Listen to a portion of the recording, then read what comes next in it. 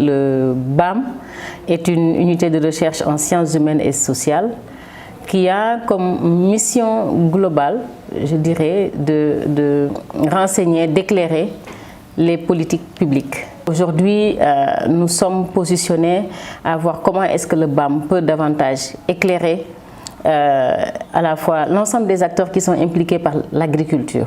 Donc, c'est documenter des processus territoriaux, documenter les impacts des politiques publiques, documenter l'analyse de ces politiques publiques-là et rendre compte à tous ces différents acteurs-là qui sont à la fois les agriculteurs, les éleveurs, les pêcheurs, mais également les acteurs des politiques publiques au cœur, donc c'est-à-dire les décideurs publics. Donc voilà, on peut ramasser les missions du BAM. On peut les spécifier à travers des thématiques d'intérêt aujourd'hui. Nous avons des recherches sur tout ce qui est la transition agroécologique. Quelles sont aujourd'hui les conditions pour accompagner les manières de produire mieux et plus? Donc on y travaille. Nous travaillons également sur d'autres thématiques liées au foncier, parce que vous savez que c'est la base productive de l'agriculture, la production agricole.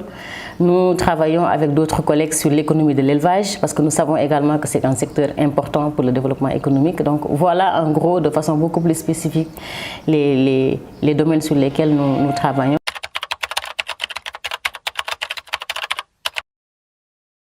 Il faut reconnaître quand même qu'il y a des efforts à faire. Comme vous le savez, je pense que ça c'est le commun en général de la recherche. Le temps de la recherche n'est pas le temps de l'action. Et souvent, on a tendance à dire les résultats sont dans les tiroirs, ce sur quoi je ne suis pas forcément d'accord. Mais l'utilisation des résultats de la recherche peut être améliorée.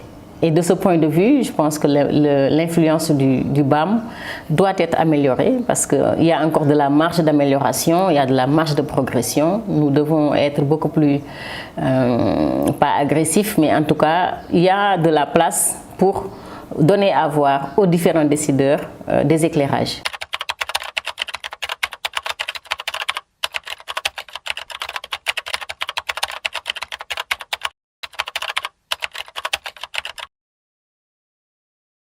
La question de la souveraineté alimentaire est agitée aujourd'hui et on comprend pourquoi, parce que nous sommes dans un contexte de crise multiforme, mais surtout accélérée par la guerre entre l'Ukraine et la Russie. Nous commençons déjà à ressentir les effets de cette guerre-là et c'est ce qui pousse les décideurs à haut niveau à s'inquiéter un peu et à actionner les différents mécanismes de politique publique pour voir comment est-ce que le pays peut mieux se préparer. Donc si le chef de l'État instruit le Mayer pour la transformation de la recherche agricole, c'est parce que la recherche agricole fait partie des piliers de cette souveraineté-là, comme tant d'autres. Et cette transformation de la recherche agricole, elle est nécessaire. Elle est nécessaire pour que la recherche puisse jouer le rôle qui lui est assigné. Elle est nécessaire pour que parce que comme vous devez le savoir, l'ISRA n'est pas le seul acteur de la recherche agricole au Sénégal. Il y a aujourd'hui les universités agricoles, des institutions comme l'ITA, les think tanks et d'autres acteurs qui sont dans le paysage et qui participent à la production de connaissances dans le domaine de l'agriculture. Mais l'ISRA quand même est reconnu comme le cœur, faut le dire, le cœur de ce paysage-là.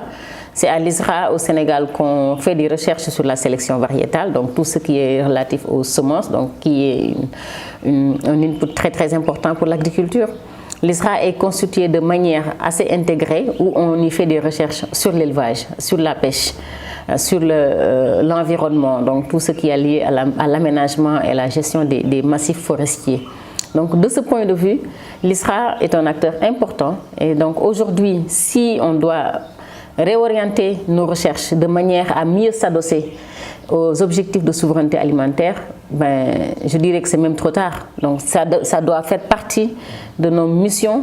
Et quand on regarde la mission de l'ISRA, dès sa création en 1974, c'est l'une de ses missions, produire des connaissances pour la sécurité alimentaire.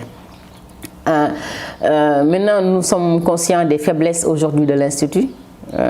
qui sont liées à des faiblesses sur les ressources humaines, des faiblesses sur les ressources financières, mais également la dépendance de l'ISRA et de la recherche agricole sénégalaise sur des financements extérieurs.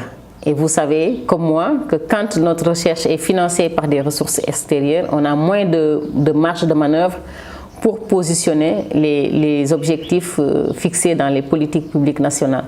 Donc si aujourd'hui l'État est conscient de cela, est prêt et instruit même au plus haut niveau le ministère pour que de nouvelles orientations se fassent, nous applaudissons des deux mains et nous pensons que ça arrive à point nommé et que cette recherche-là doit jouer ce rôle dans la souveraineté alimentaire. La contribution de l'ISRA, je disais tantôt parmi les leviers de la souveraineté alimentaire, la recherche en fait partie. Vous savez tous, la recherche agronomique, si on peut voir domaine par domaine, le domaine de la culture végétale. L'ISRA est bien positionné dans la production de semences et on ne peut pas produire sans semences. Et donc aujourd'hui, à l'ISRA, on a les compétences pour produire les semences sur les filières prioritaires, parce qu'on a des filières prioritaires qui ont été identifiées par les documents de politique publique agricole et l'ISRA est déjà à pied d'œuvre sur cela. Au-delà de ça, de la production de semences, il y a tout ce qui a lien avec les itinéraires techniques. Donc on produit de la semence, après il faut savoir comment mieux produire. Il y a également, on parle aujourd'hui pour produire, il faut avoir une bonne base productive, donc les sols, la maîtrise de l'eau.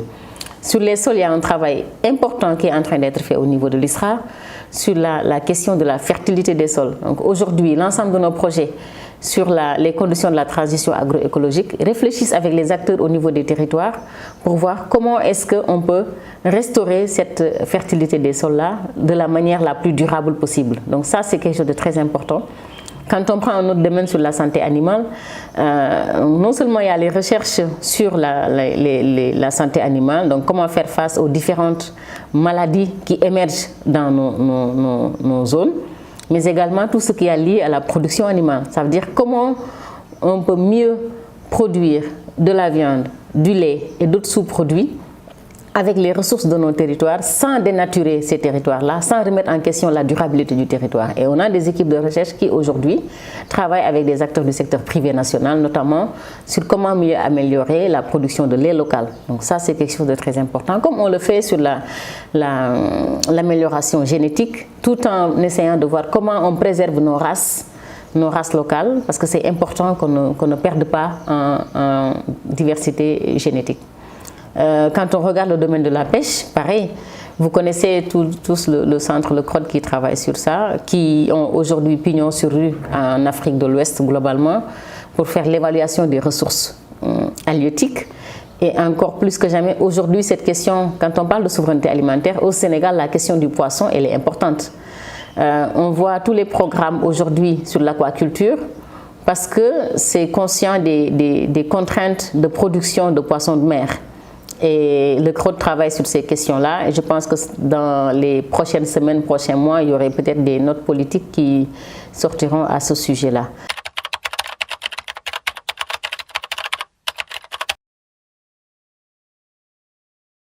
L'ensemble des recherches de type agronomique technique à l'ISRA mettent sur la table des résultats intéressants qui doivent être traduits en éclairage politique. Donc je pense que ça met le doigt sur le rôle essentiel que le BAM doit jouer déjà en interne ISRA. Deuxième dimension, c'est recentrer sur l'analyse des politiques publiques. Ça, c'est quelque chose de très très important parce que au risque de ne pas être diverti, donc aujourd'hui, le paysage international de la recherche est riche de guichets, de projets et d'enjeux de recherche internationaux. Le BAM étant une petite équipe, nous sommes appelés à divers consortiums, mais ce dont on est sûr, c'est comment arriver à ce que toutes nos activités de tous les jours permettent d'éclairer les politiques publiques. Troisième volet, c'est tout ce qui est lié à la prospective. Parce que si aujourd'hui, on n'a pas de réflexion qui anticipe sur les crises, qui anticipe sur la situation de l'agriculture de demain, ça sera difficile pour nos acteurs, les différents acteurs, que ce soit les producteurs ou bien l'État, de prendre les meilleures décisions. Et donc le BAM a parmi ses thèmes de recherche carrément tout un champ sur la prospective.